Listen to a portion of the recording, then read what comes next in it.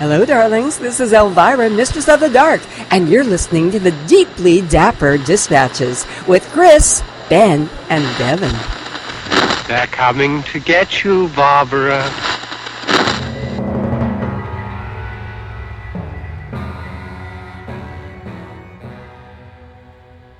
Greetings, pod people. This is the second installment of episode 89 of the Podcasket. In this half, we review a couple of George Romero movies, Martin and Diary of the Dead. We talk about some of his other movies a little bit. We also cover our picks of the pod and Shame and Tell. Enjoy listening. Consistent reports from witnesses to the effect that people who acted as though they were in a kind of trance were killing and eating their victims prompted authorities to examine the bodies of some of the victims. Medical authorities in Cumberland have concluded that in all cases, the killers are eating the flesh of the people they murdered. So we watched Romero stuff tonight. We did.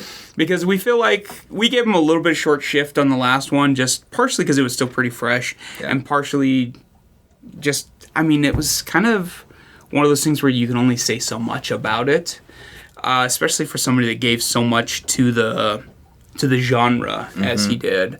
I saw a post online, one of my friends, Russ, posted asking whether Vincent Price or George Romero left a heavier influence on the horror genre.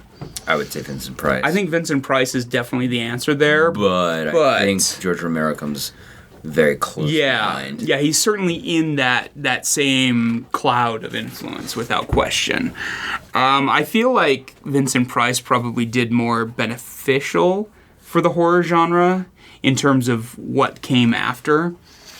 Whereas Romero has influenced a lot of stuff that I don't care for. Well, so I'm not a huge fan of what zombies are and have been lately. But I think that what he did when he created the modern zombie was intelligent and important and game-changing. And I still think that there are important stories that can be told within that milieu. But, man, fuck. Yeah. I hate The Walking Dead. Can I just say that? You've said that many times, actually. Oh, have I? Yeah, it's pretty well established that you don't like The Walking Dead. Okay. My problem is The Walking Dead isn't what I have a problem with. Like, I think The Walking Dead is fun. It's a soap opera. Yep. But it's really well done as far as the prosthetics and that kind of thing. Oh, I have no problem with Love Candy that. FX. My problem with what he has sort of spawned from what he's created with the zombie world is just the cheap indie stuff that's clearly made because zombies are hot, not because people have a passion for it. There's some stuff out you there. You can't blame him for zombies getting hot. No, absolutely not. But I think that's the influence that he's had that's been a negative thing on the genre versus stuff like The Battery. Yeah. That would never have happened without him, and that's a great film. Which I totally picked up on Blu-ray recently. Oh, so nice. if you want to make your brother watch it. I think he would love that movie. I think he would love it, too. Yeah. It's such a great show, and it definitely harkens back to Romero and the world that he created. It could have almost taken place at the same time as some of his stuff, the way that it kind of just dives right into the world and the monsters and the zombies. Well, and it's about something else that isn't, dead people walking. Yes. And that's one of the biggest flaws of the non-Romero zombie stuff out there, is so many of them, they use it as an excuse to bring in the military and shoot people. Oh, God, yeah. And that's the whole fucking point of the movie a lot of the times. It's not about the emotional reactions to people coming back to life and what kind of influence that has on your world. And not just loved ones, but even just the fall apart of social order and that kind of thing. Did you see Le Revenant?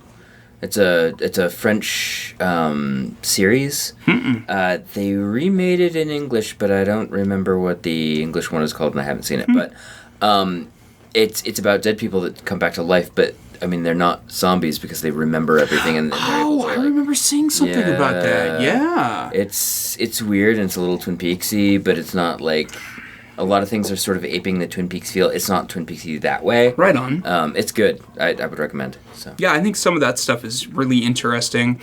And he's done stuff that isn't zombie stuff. yeah, well, and I think some of his best stuff is not zombie stuff. I think so too. Like I obviously think like Dawn and Night are wonderful films. I think they're really well made. Dawn is honestly one of my favorite. Dawn films. is so great. Like I can watch it over and over again. Although usually the Argento cut. And Day is really good, but again, I feel like it pulls a little too much of the military stuff in. And anytime that it does that, I start to lose interest. And it's not that there aren't interesting stories to tell with those, it's just that it's not as interesting to me personally. Sure. I feel like the gung-ho military attitude thing usually pulls me out of films instead of getting me involved with them. But we decided to watch two very different Romeros. Very early Romero and late Romero. And almost, I think this was his most recent film. Was it really? I think. I think. Let me double check because I'm not good at it. Small wonder he didn't make another one after that. Yeah, well, I think that's why he's had trouble with financing and stuff. That's producer, dude. Yeah, I'm getting there. Okay, all right. I was looking for the click. Oh, no, Survival of the Dead actually is the most recent one. Which I've not seen. I've not seen that either. It is rated 4.9 out of 10. Oh, so it's even lower than this one. Yeah, so we watched Diary of the Dead tonight. Actually, Survival of the Dead sounds kind of interesting because it takes place on an island off the coast of North America. I like that. Which sounds a lot more interesting to me than what we watched tonight. But who knows? I feel like this one... I don't actually think that the problem with Diary was the script. I don't either. I think it was well written. I think it was I think the cast was not good. The cast was garbage. I have never seen such a garbage fucking cast. Like, none of them are anybody that I would want to see in anything again. And I feel bad saying that because I know some people, they're doing what they can. Well, they're human beings, and, I'm sure that, like, it was early stuff for a lot of them. Yeah, I definitely got the feel that a lot of these guys, this was, like, their big break to work on a Romero thing. Right. And how would you say no to that, right? Right. And I know that he started having trouble getting budgets for things as it went on, which is ludicrous to me because people are fucking greenlighting zombie things back and forth all left and right, but they're not greenlighting and giving money to George Romero for Which things. is ridiculous. And I think that really shows on this film. Like the budget, I think it was $2 million for it. Wow. Which seems high compared to what we got there. Yeah. But how much did they have to pay Guillermo del Toro for his audio cameo? Yeah, there's some little cameos that were easily the only good part of the movie in a lot of ways. Like, I just feel really bad that this is what we chose to watch tonight. Because I feel like there were better options. Neither of us had thought that we'd seen it. Yeah. Okay, so this is funny. So I have a copy of this on DVD. And we're like, let's watch this, and then we'll watch one of his earlier films. And we start this up, and both of us are like, fuck, I feel like we've seen this before. Like, everything looks so familiar. And then we hit a part on the DVD where it goes all fucked up, it goes squirky, and then it jumps ahead. Yeah. And we're relatively certain that we started watching this at some point in the distant past. It hit that point and we're like, well, this is a sign. Because I remember everything up until that point. Yeah, and then nothing after that. No. And both of us. And so we think what happened is my older DVD player would just try and struggle through when it hit that kind of thing. Mm-hmm. And it would keep playing just snippets of shit. And I think what happened is we hit that point and both of us took it as a sign to stop watching this terrible movie and watch something else. So we sat through the first part a second time here. It didn't get any better afterwards either. I wish we had watched Creepshow instead. I do too. It's been a long time. Creepshow's. I watched it at Halloween because I bought the DVD, okay. or the Blu-ray of it. Yeah. This movie was not good. So much CG blood splatter. You missed the terrible scene with the acid burning the skull away. I'm not even sorry about that. No, you shouldn't be. I mean, you should be sorry that you left me to watch it, but... Hey, man, it's your DVD. I do think that the Amish farmer... He was awesome. See, and that's where this film worked for me, was those few times that it had that absurdist humor stuff that I think Romero does really well. Which is interesting, because the absurdist humor is the stuff that I don't care for in both Dawn and Day. I agree. Like the food fight and that kind of shit. Mm-hmm. Yeah. I was thinking about that earlier today, in fact, in the Fred Meyer parking lot. Like, I was thinking about the pie scene and... As you were hitting someone with a cream pie, as you do. Oh, that's why, because my mom was buying a cream pie for my grandma. And so, I think I've come to terms with, like, what he was trying to do with that scene, but I still don't like it. Right. I think tonally it's oddly placed in the film. But but I think you're right. I think George Romero does do those things well. And I think had he managed to have a consistent tone and sort of that sort of light sardonic tone in Diary, I think it could have been fun. I agree. But it took itself incredibly seriously. It like painfully so. And the reasons for the camera, like, it's always contrived when it's a fucking found footage thing anyway. Yeah. But the way that things were fucking cut and edited, and the whole throwaway line where she's like, I've added music at times to influence you and make you scared, was just a bullshit excuse for having the music in it versus something I know he knows how to do well, and that's use atmospheric music where you're in the locations kind of thing. Yeah. Like, the best part of this entire movie in terms of the music fitting the film was when they're at the mansion and they're playing the pretentious classical music through the speaker system. Right. I think had they done more of that, like had the terrible music playing at the hospital, that kind of shit. Somebody left a radio on at the dorm room while they were there, that kind of stuff. Oh, yeah.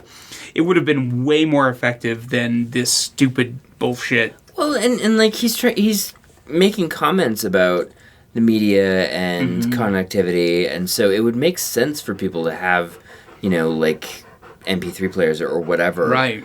Just on. Yeah, I mean, these are very modern people. They're talking, although I guess this was 10 years ago, so they didn't have, like, smartphones necessarily or anything like that. No, they didn't have smartphones. And Romero's grasp of internet language was a little lacking. That's the one place that the script was pretty weak, was anytime they talked about the net and how they downloaded things or uploaded. And yeah, like saying uploaded when they meant downloaded. Wow. Guys. Yeah. Yeah, Ludo. You tell me that. Smell bad. I feel bad ragging on this movie because we're like, this is our Romero tribute, and I'm like, this movie was fucking terrible. Well, I mean, directors aren't infallible. No. And I think Romero in particular, like, even like, for some reason, like, the few films of his that I don't like, there's stuff that just, there's not even necessarily a redeeming part to it.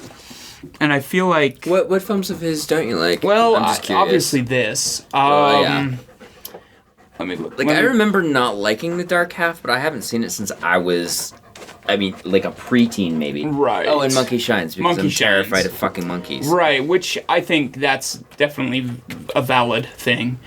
I don't remember Season of the Witch. Okay. At all. But I feel like I didn't like it. I like it.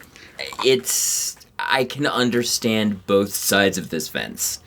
And then Night Riders, I want to love. I love it because of Tom Savini. Yeah, and that's understandable. And then, like, some of it's just his newer stuff, really. Like, I feel like Land of the Dead has some amazing stuff in it, but there's other parts of it that I can't stand. And again, I think that's the military zombie thing that I'm just like, fuck that noise kind of thing. I really liked Land. Bruiser I didn't care for, but I don't think I've seen it since it came out. I need to rewatch it. So in that 2017 fucking years. Yeah. And then I guess I just hate Diary of the Dead. I think, yeah, Diary of the Dead is, to my mind, easily his weakest work. And I genuinely feel like it would have been a better film if it hadn't been found footage. Yeah. Oh, yeah. If it had just been a zombie movie with the same basic script and everything, I would have liked it. But the contrivance of having to have them filming it and holding onto the camera made the characters less likable in multiple scenes. Well, and it made a lot of the actions just like fucking terrible. Ursa, you constantly question people's motivations. It's like, why are they doing that? Right. I mean, like, the dude's girlfriend is literally screaming in terror in the other room, and he doesn't go see what's wrong because his camera's charging. Like, and even that could have had a workaround. He could have left the camera, and we could have heard him going to her rescue. And that's exactly what I was thinking when we were watching this. Why didn't they do that? Right. That would have made more sense. But I mean, of course, he's commenting about like how plugged in we have to be constantly and obsessed blah, blah, with blah, media. blah, blah. Yeah. And I think he has some good points in this film, but I think they're made poorly because of the cast. And I honestly feel like had he made this movie 10 years later, it would have been better. Yeah. It would have been a lot better because people would have been using their phones and the smartphone thing. Like, this is almost a film that was made 10 years too early. Well, and I mean, one could very easily argue that he's always been ahead of his time. Yeah. Yeah, like, I feel like had he written this script 5 years ago, it would have been a much, much better movie. And well, not maybe 5 years ago, because like 10 years ago, I don't think like the zombie craze had really hit. No, that's true. 5 years ago, they would have given him some fucking money. Yeah, I agree. And who knows, Survival of the Dead? I've not seen it. It doesn't necessarily look much better, but it's 10 years old, or no, 7 years old. Yeah. And I don't know, like, I'm really bummed. It sounds like they're going to get it made, but I'm bummed that the new one isn't, like, he didn't have a chance to make it. Right. Because it sounds like he wanted to do a comedy with it. Which, I mean, obviously, he has that flair. I think he could nail it down. Like, he has a flair for slapstick. I feel like his where he puts it doesn't always fit. But even the other movie we watched tonight, Martin, there are some fucking ludicrously slapsticky moments in it, but they work so perfectly really during do. it. Ursa, you are being super obnoxious, little puppy. Yeah, you are. Hi. Sorry, guys. My both of my dogs are like, we need attention. No, Ludo's sleeping. Yeah, Ludo is now that he's done horking everywhere. But Ursa's being ridiculous. You're ridiculous. Yeah, Ursa's literally climbing up onto Devon's lap for attention right now. Which is impressive. She's like 300 pounds. Shit. She's only 90. Whatever. I just spilled my stout. Better for hugging. So we watched Martin tonight as well. Yeah. It's from 1976. It's one of Romero's first films, third film, I think. Yeah, it's early. I don't think it's third, because what did he do? There's Always Vanilla, Night of the Living Dead, Season of the Witch, and Crazies. And then some documentary stuff. Okay, so it's his fifth feature film. Yeah. It is about... We didn't even say what the other one was about. The other one was about zombies and film students and sucking. Shock. Yeah. I am giving Diary of the Dead 1 out of 8. Yep. Unfortunately, I hate saying that, but it is a 1 out of 8. There's not even a cool kill scene in that movie to redeem it. No, not really. There's some ridiculous shit. There's some fucking ludicrous shit. The scythe. Oh my god. Oh my god, that was so bad. So fucking terrible. And you know what kills me is that, like, I know a lot of these kills, like the stuff with the gun through the brain, the arrow stuff. Had they done any of that practically, I probably would have been on the edge of my seat screaming, yeah! Yeah. But instead it just looks like ass. And it's just, like, the thing that really kills me about that is I've read a couple of things that say, particularly in low-budget films, they've started going the route of digital blood, not because it's necessarily cheaper to do versus practical effects, but that it's cheaper to do versus practical effects in terms of wardrobe and set dressing in case they have to do a second take. Sure. Because they can't afford 2 jackets that look the same in case the first squib fucks up or something.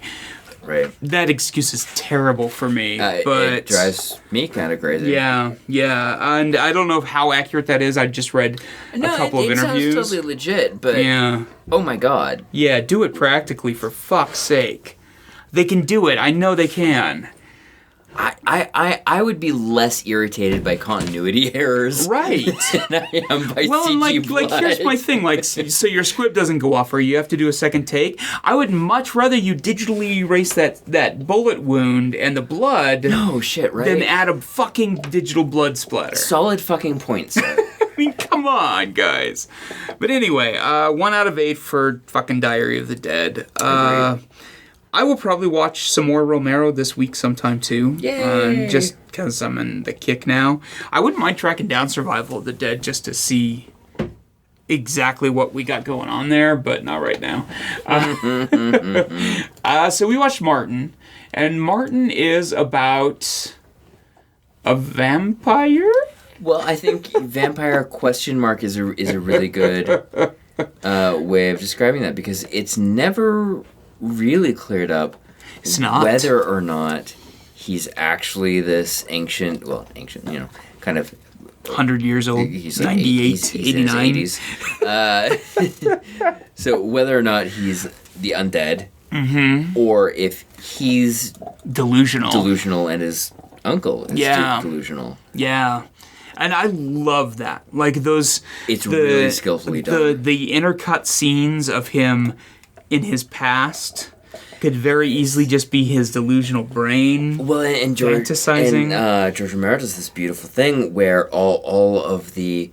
I mean, they're either flashbacks or delusions where he's imagining himself as this character. Yeah. They're in black and white, and they look like gorgeous. Classic Universal horror. Yeah. Yeah, they look so good. And it's intercut with, the colorful 70s. Well, and that's one sequence, that very first kill, that first sequence that they do the black and white thing is one of those signs that Romero understands humor so fucking great. Because it's him in the black and white sequence, and he throws open the door, and it's this gorgeous woman in the flowing sheer nightgown, and she's terrified but beautiful, and the wind is blowing, and he throws open the door here in modern world in the train car, and the girl's in the toilet, and she's got a face mask on, and she fucking, it's just...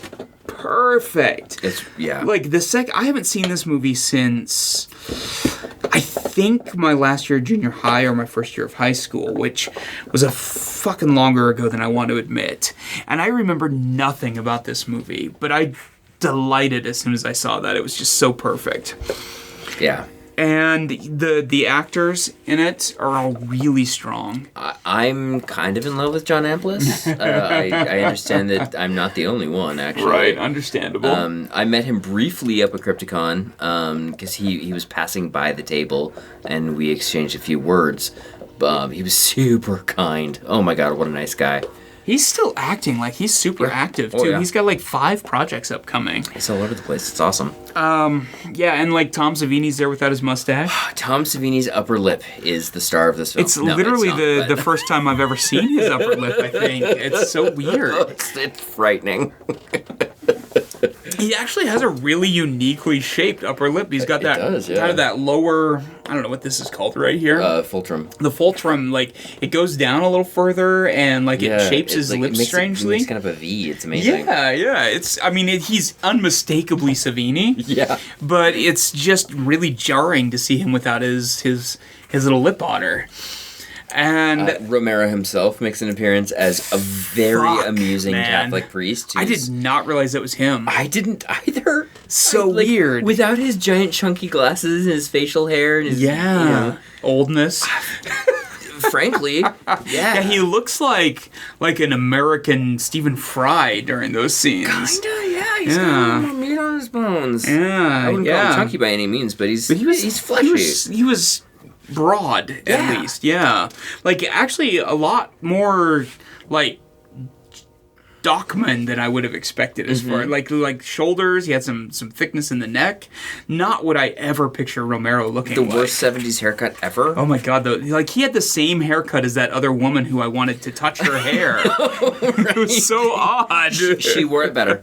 She wore it much better. And then Christine Forrest is in this, and that is Romero's, I think it was his first wife. They had 2 kids together, and apparently Stephen King met her on the set of Creepshow, and that's where he got the name Christine from for the car. That's just incredible to Isn't me. that crazy? And she was great. I really liked her. She did felt too. a little older Old than for the the character she was playing. Yeah, I agree. But I thought she was really good. Which is by no means actually old, but Right. just older than... Yeah, I feel like she was supposed to play like a 16-year-old or like a 17 or 18-year-old. Yeah, or, Because Grandpa was teen. super fucking protective of her, and she looked too old for that to be the case necessarily. 1976 Pennsylvania or Philadelphia, I think Philadelphia? Pittsburgh. Oh yeah, duh. Third time's a charm. Fucking cool as hell, man. I loved it. You made a brilliant comment that I totally agree with. Sometime during the movie, you said, "Today this could be filmed in Detroit." It totally could. Like it had such a great grittiness and realness to everything. It's run down. It's used. But it's beautiful. It is. All the cobblestone streets. All the churchyard, the 50s churches, houses. And, yeah. I mean, even if I wasn't involved in the story, which I was, I would have delighted in this movie just as a period piece documentary of what it looked like. Well, and the cinematography for this great. entire film is so lush. Yeah. It's so perfect. Yeah, there's some really dark Universal Monsters type stuff. There's some great 70s soft light with the light coming through Martin's hair and looking all soft and pretty. I love that scene. It's so interesting. Everything's framed incredibly well. There's one part where he's hiding out in the dark, and he's framed by those red leaves, and it's like, oh my god, this is just incredible. And there's never a muddiness as to what's happening either. No. Like, the night scenes are lit perfectly. The day scenes, where a lot of the violence happens, perfectly lit. Yeah. In like vibrant 70s wallpapered backgrounds. It's gorgeous looking. Like, I love the way he did this film. It might be one of my favorite Romeros, honestly. It's absolutely one of mine, and it's ridiculously out of print. Yeah. You can find DVD copies for with around $30, but the fact that this doesn't have a really swank fucking Synapse release or Scream Factory. Can you fucking imagine how gorgeous this would look on a remastered Blu-ray? It would look so good, because the version we watched had some film grain in it and loved it, but it also had some artifacting. It did. It's not in HD. Yeah, and I would love to see a nice version of this, and maybe I want to see a 35mm print. Him honestly. passing, maybe that's something that people are looking into a little more now. That's one sad fact of people who were creating back in the day passing away, is that it makes people reevaluate the older stuff and realize the value to them. And this is... Arrow is... they are in the process of releasing, it's not out yet, a box set of Romero stuff called Between Night and Dawn. Oh, interesting. And it's the 3 films that he did between Night of the Living Dead and Dawn of the Dead. So it's got There's Always Vanilla, Season of the Witch, and... what am I missing? I don't know. I should know, but I don't. I feel dumb. Sorry. Isn't this one in between those? No. The Crazies. Oh, the Crazies. Oh, okay. So it's... Interesting. Yeah. Huh. That's pretty cool. Because technically Martin was before Dawn. Oh, yeah. So I wonder if that's a rights issue or something? I don't know what could possibly be there. Yeah, I can't imagine what would hold it up, because they use, if any, virtually zero pop music at all. There's one sequence that's on a radio, and the rest of it's all like this weird score. The score's so strange in this. Like it bounces between like this really gorgeous, ominous stuff. Yeah, there's some like interesting experimental things. Yeah, like cans and like bottles clanking And breathing and like weird animal noises at one point. It's really interestingly scored. And then he goes back to like this really kind of dopey. Oh, I fucking hated the flute or the clarinet or whatever that was. I mean, like a lot of 60s horror sounded like that, where like the background music had nothing to do with what's going on screen, did nothing to advance the mood, and it's just like sort of there. Yeah. It's elevatory. It is. It's very 70s elevatory in particular, which, you know, I know that kind of stuff happened. It just drove me insane. See, and I just kind of filtered that stuff out, but that's... Oboe. I bet it was a fucking oboe. Oh, I bet it was. That's what that noise was that was driving me insane. I mean, there are flutists on here as well. The flautist. No, flutist, damn it. I mean, the list of stuff on here is great. There's chant vocals and flute and oboe and viola and voices on percussion improvisations. Oh, and there's that one woman who does that singing, and it sounds like a theremin, and I really dig it. Yeah, I did actually really like that. And, you know, the music was very prevalent throughout it, and it gave a very period feel to it as well as the look of everything else, which I really liked. I loved almost all of the actors in this too. Like there wasn't an off performance in there. Like I totally agree. The grandfather was just the right level of like Nosferatu, and yet you could tell he really cared about his granddaughter and was not happy about this fucking vampire under his roof. What a weird like thing where he's just like, your family said you're here, but I'm gonna fucking kill you if you try to eat my daughter, kind of thing. I mean, it was just so strange, but I loved it. I love all of the bored housewives. Yes. Which is a thing. There's like, well, two of them are housewives, and then one of them is the granddaughter. But they all have problems with their lives. You know. They've got nothing to do. I mean, the husbands are all off for work and they leave town all the time. They're these kept women who don't have any autonomy, and they're being driven crazy by that. Well, and it was interesting, too, because there were a very different age range between them. And then there were the old hens that came into his shop and bought meat that were kind of the next logical step in these other women's lives that I think were so well written. Like, the script in this is phenomenal. It really is. I love this movie enough that I would be willing to watch a remake of it just because it's such an interesting movie. I kept thinking, like, oh my god, the things that I would do in a remake. Yeah, like there is it's such a unique type of take on a vampire movie. And it's blatantly called a vampire in it. I mean, he literally calls himself the Count. And I think, so there have been movies since, like Vampire's Kiss with Nicolas Cage, that I think kind of tried to do the same thing, but not as well. No. I like that movie, don't get me wrong, I think it's hilarious. But, You're right.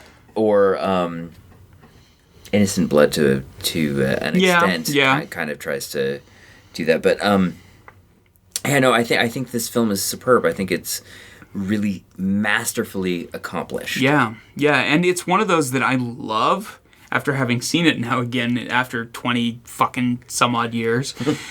But it's not one of those I'd be offended if I found out they were doing a remake, depending on who was doing it, because I do think that the take on it is so fucking unique and different that I could see it having a modern equivalent, especially if they did it in one of those styles where it's not, like, it's kind of an indistinct time frame kind of thing. It's not fucking Diary of the Dead, where you know it takes place in 2009. I mean, that... Or whatever. 2007. Yeah. I mean, that movie was probably dated the minute it was released. I think so. And I think there's ways of getting around that.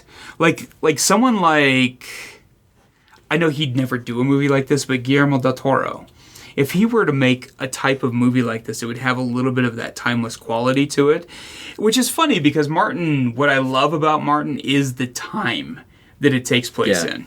But I'd like to see a version of it that's a little more modernized, that is a little more timeless, too. I certainly don't think it depends on the 70s. No. I think the 70s was used well because it was contemporary at the time, and it still works now. Well, and the plot itself for his film was dependent on the 70s, too. It had the kept housewives. It had the train travel. It had the butcher shop and the meat delivery. The Art Bell call-in show. Yeah, and which all I of that was shit. Really, like, it felt like Art Bell. Yeah. I mean, God, I don't even know when Art Bell started. This might have been before he did, but... It might have been, honestly. Yeah. But those call-in shows have been around since the dawn of the absolutely.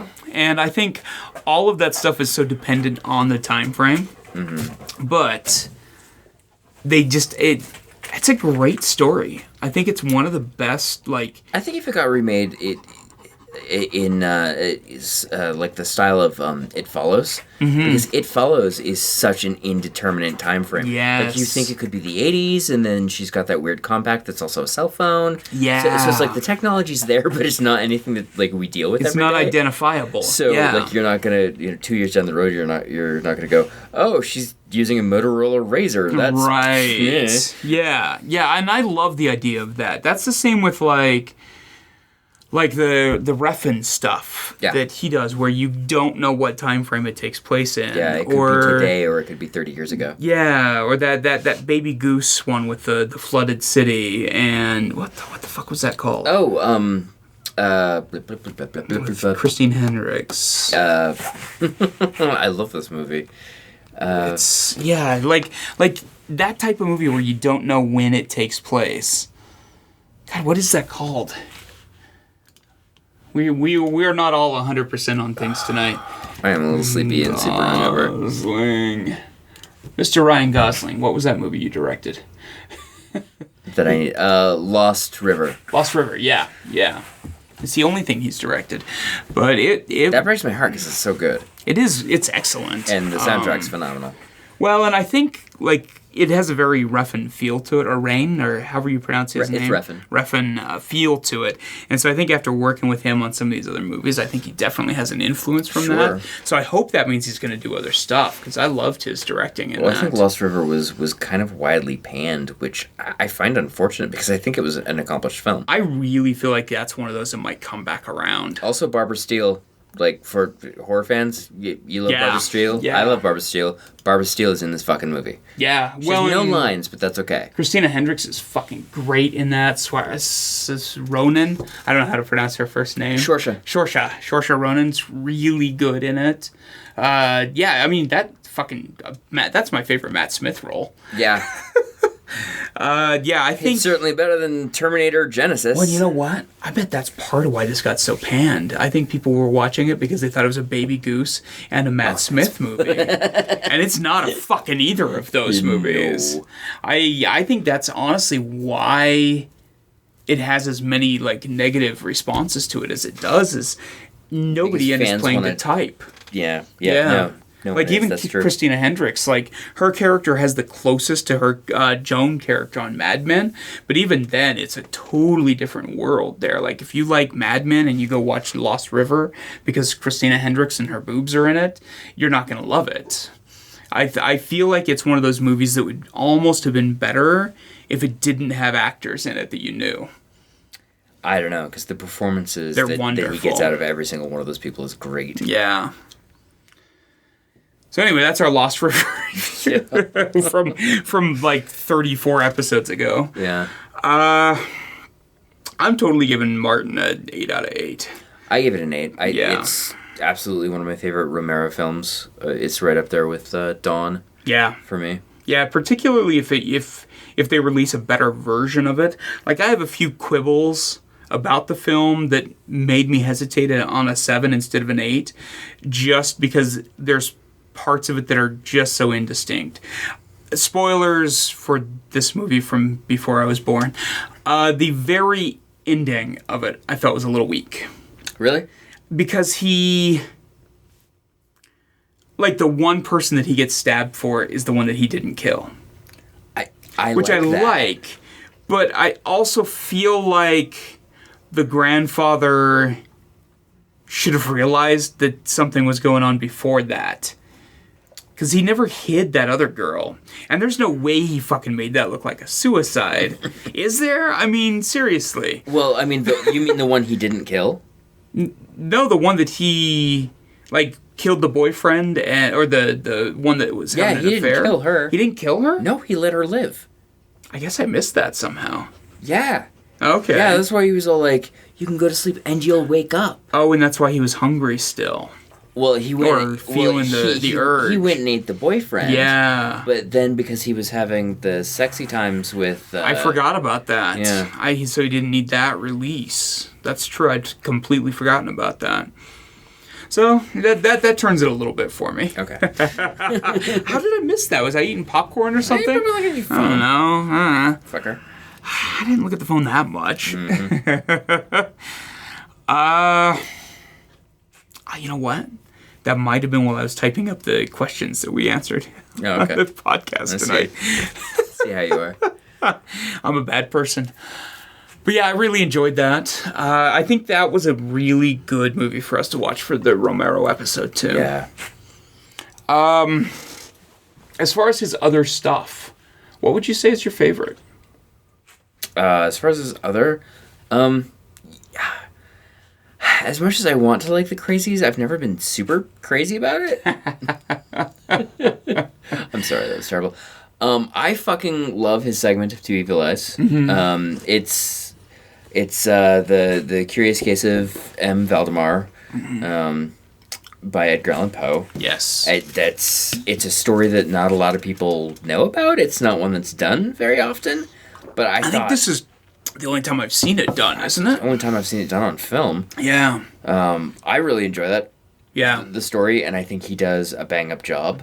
I think that's great. Yeah. Yeah. It's I also really love that well film done. as a whole because Dario Argento does the other one. Yes. With Harvey Keitel. Which is really great. It's splendid. But yeah, both of the stories are great. I really, really like that movie. See, and I have a special fondness for Creepshow. Creepshow's great. I think part of it's just that, like, when I was growing up, the only time I watched horror movies was at Halloween time. Mm-hmm. And Creepshow's always been a Halloween movie for me. And I fucking love Halloween. And so I think if somebody forced me to pick a movie to watch... You fucking love Halloween. This isn't a John Carpenter episode. Yes, I do. Oh. Sorry. You're fired. Yeah, no. So if I had to pick like a specific movie to watch, if somebody's like, you need to watch a George Romero movie right now, Creepshow would probably be my answer because I'm in the mood for it at almost any given time. It's so much fun. It really is. It's just a fun, well-done movie. There's great fucking performances. It easily has the best special effects of all of his films. Yeah. But I like... Of the Holy Trilogy, which isn't a trilogy anymore, there's like 9 or whatever, I would say Dawn is definitely my favorite of them. Mm-hmm. Inexplicably, I think Night of the Living Dead is probably the one I've seen the most. But that's just because it's something I'll put on in the background because it's just a fun movie that you don't necessarily have to follow the plot on. I really like it. I think it's really well done. I think it's well shot. I feel like I should force you to watch that abomination of the 30th anniversary release that they did. No, I don't think you should. I think you would learn to appreciate the original version even more. I already appreciate it. If you guys ever have a chance to watch Night of the Living Dead, it's all over the fucking place. Yeah, it's free. If you ever see one that says 30th anniversary, don't watch that one. It's a fucking abomination. Whoever it was that re-edited it actually shot new sequences and added this weird, like fucking butt rock bald priest scenes into it. So and why the fuck would you do that? It's so fucking weird. Like, I can understand you shooting a film that takes the framework of Night of the Living Dead because it's available, mm-hmm. and doing your own spin on it, and maybe adding in a few sequences from it just as a way to cut it into it. Sure, like but for them making to a side cool. Yeah, and I love that idea. I think that's really great. But this thing is a fucking nightmare. It's so bad. Like, the scenes that they add to it actually harm the scenes that take place around it. It's just weird to me. And that, sadly, is the only copy I own of it on DVD. Oh. It's so weird. Like, I can't find a good copy of it. But you said there's a 4K coming out, right? Yeah, so, I forget who's doing it, but there is a 4K restoration. Nice. Romero himself saw it before he passed. Oh, nice. He said that it was the closest he's ever seen it come to his original vision. That's great. So that's hard to argue. Yeah, no kidding. I will say that I like my old crusty version, and I've seen some cleaned up versions of Night of the Living Dead, and the clean up kind of ruins the feel for me because I like the grittiness. Yeah. But I feel like a 4K, like if the darks are super dark, if I could see it working. I get that. I'm excited about it. I guess it's coming. It was released. Oh, they played it at MoMA actually. Museum of Modern Art. Yeah, I feel like if they clean it up too much, it really does harm a lot of the feel to it. Because, I mean, it is a gritty film. It is. And I feel like a lot of the limitations of the film that he filmed it on are beneficial in terms of the suspense and the backgrounds and that kind of thing. Sometimes things need to be a little darker, just saying. Yeah, it sounds like it's... Janus Films is doing the 4K restoration. Oh, wonderful. So that's a plus, definitely. It sounds like they're going to distribute it. It's also showing it like the Film Forum and all sorts of other stuff. They're booking it into theaters, which is really cool. I just can't wait to see it out on... Oh, it's actually... Criterion's going to release the Blu-ray. Cool. So that should be great, actually. That feels like a very quality release that I will definitely own. Yeah, I'll have to, too, because... Man, my DVD is crusty. Yeah. VHS is even crustier. Hi, sweetheart. So I guess that's our episode as far as the reviews are concerned. What's your pick of the pod this week? So last week I got in the mail a couple of records. The first is the debut single from the band Trouble, and you're not caught up on your Twin Peaks. I'm not. But there's this band that shows up at one of the episodes, and immediately I was like, oh my fucking god, who is this? Oh yeah, you sent me a message about that, yeah. I need to know everything about it. Well, it turns out that it's David Lynch's son, Riley Lynch, along with Dean Hurley, who has played guitar for David Lynch on a couple of his albums, and several other people. The drummer's somebody important, I forget. But anyway, so they released that song on 45 single with an exclusive B-side. It's on this glorious cherry red vinyl. Nice. It came with a poster of the radio station that's in an episode that you haven't seen. I need to get caught up on that so yeah, bad. You do. Man. So that is like super fucking cool. Of course, I like the B-side better than the A-side. That seems to be a theme. Yeah, so that's really cool. And I also ordered the brand new album by Jim Jarmusch's band Squirrel. Oh, right on. They do the soundtrack for Only Lovers Left Alive, which you haven't seen. I still haven't seen, yeah. But yeah, it's a 6-track EP that's... I mean, if you've seen Only Lovers Left Alive, you sort of understand what you're getting into. It's noisy, it's dreamy, it's beautiful. Right on. Yeah. Nice. So, those are my picks. Sweet. So my pick, I haven't technically ordered it yet, but I plan to order it because I just found out about it today. Cavity Colors. Oh, yes. Released the most bitchin' enamel pin. It is a zombie pin, and I believe it's fully licensed with spinning eye worms. It's so great. It's the Risen Conquistador, from the poster. Yeah, and it's got and I'm not 100% sold on the artwork that they use for the pin. It makes them look a little goofy, but it's perfectly goofy for the spinning eye worms, in my opinion. Like, he looks a little cheeky about the fact that he has spinning eye worms. I'm okay with that, and I cannot think of a more fitting Fulci pin, honestly. It's perfect. Like, as soon as I saw it, it's like, fuck, I need this pin. It's so great. And it reminded you the Halloween party, the Brain Eaters party we did that I used to live with my buddy Rob up a block from here. Yeah. And we did, was it our first Brain Eaters party? It was early. God, it was one of the first ones. We did a Halloween party every year for almost a decade. And every year we called it the Brain Eaters because Rob and I made these gnarly Jello brains that were Jello vodka, and we found just the right recipe that you could barely taste the vodka, but it fucking knocked you on your ass. And so we had these big Halloween parties. Everybody had to show up in costume, and some of them got packed. Like, I remember counting over 70 people at one of the shows. But one of our earlier ones, Rob was living upstairs and I was living downstairs, and Rob had that poster up in... Yeah, he had the Sweet Evil Dead 2 poster and the zombie. And next to his coffin-shaped bookshelf of DVDs. Yeah. And so you were up there with him. Yeah, we were just drinking in the living room. Yeah. And, I feel terrible. I don't remember who this girl was. I don't either. She must have been somebody's girlfriend. Yeah, I don't know. She wasn't either of our friends. Legit, like at these parties, a good 25% of the people I don't know who they are. Yeah, they've been invited by other people that come to the shows, kind of thing. But Rob and I are drinking in the living room, and this girl comes up and sees the zombie poster, and she's looking, squinting, looking at it, and she says, "What's that in his eyes?" And Rob and I turn, and at the same time we say, "Worms." Yeah, she was not our people. Oh my god.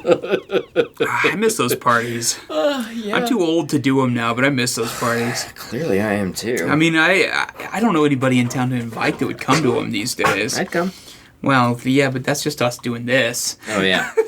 Oh, see, we party every day. We don't need fucking jungle juice and zombie brains I for really that. don't need jungle juice ever Dude, again. that stuff was monstrous. My brother has a recipe for the most dangerous jungle juice ever. Like, that's the only time I've ever seen my father-in-law with a hangover was when he got shit-faced on the jungle juice, because it's got a kick afterwards.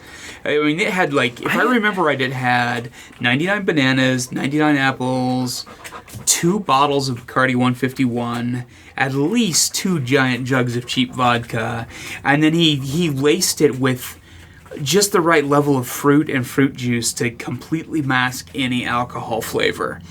And he'd make it in this massive fucking cooler that would take 2 people. Yeah. And it was just like the most punchy punch ever.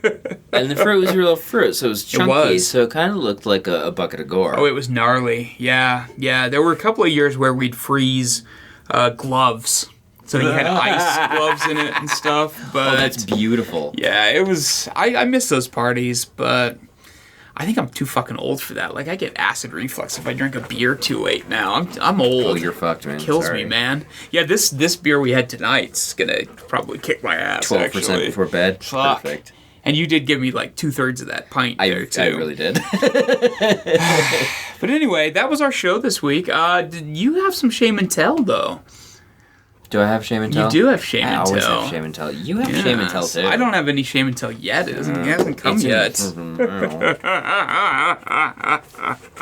What was it that I was going to make you shame and tell about? So, I need to start writing down the things that I pre-ordered. Oh, yeah! Because I was looking through things, and I realized that I had pre-ordered the Arrow release of Reanimator. Not twice, but 3 times. Now this is 3 times I pre-ordered that one with the gorgeous cover, right? The like really minimalist looking. Yep, the white cover. With yeah. Yep. 3 times. 3 times. Nice. Luckily, 2 of those were through Amazon, and Amazon does not charge you money until they ship it. Thank God for you. And it doesn't start shipping until next week or soon. I mean, there's a part of me that's a little sad because sometimes I end up with those extra buys. Sometimes you do. This one's a little spendy. Yeah, no shit. but one of them was from Diabolic DVD, and so I had to cancel a couple pre-orders. Good job. Yeah. Well, and then I justified making a few more. Nice. Like you do. That's an appropriate shame and tell right think there. so. I think that's an excellent installment of Devon Shame and Tell. Devon has no idea what the fuck he's pre-ordering at any given time. You need like a serial killer board with like wires and string and stuff that you have just like tracing all your pre-orders and Kickstarters and Jesus Christ, man. I'm not kidding. People walk in and be like, "My God, it's full of stars." All right, I think we're gonna call this a night. It's a night. I'm exhausted. It's almost 2 a.m. It's a morning. And we are out. We'll see you next Wednesday. Oh, I guess if you'd like to get a hold of us, you can go to deeplydapper.com and click on the contact info in the upper right-hand corner. You can look for Deeply Dapper on Instagram and Twitter. Devon can be found under Devon's Ego on Instagram. And you can email us at deeplydapper@gmail.com. If you have a question you'd like us to answer on the show, let us know. Ideally not about what we're wearing. It's inevitably black. If you'd like to contact us about... We're wearing black and orange. I am wearing an orange shirt. So, I mean, it's got crumbs all over it. You're a little Halloweeny. I am a little Halloweeny. I'm also wearing our preview of the pin that we have active on Kickstarter. If you review us on iTunes, send me an email at deeplydapper@gmail.com. We'll send you a little something in the mail as a thank you. Ooh, something.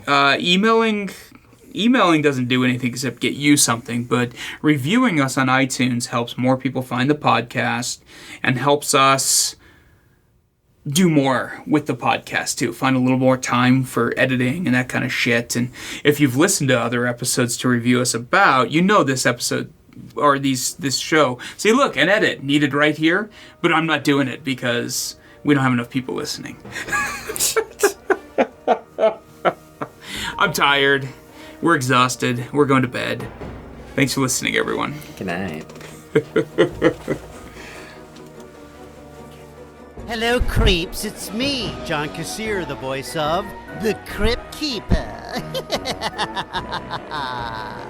You're listening to Deeply Dapper Dispatches with Kris and Devon. We'll see you next Wednesday.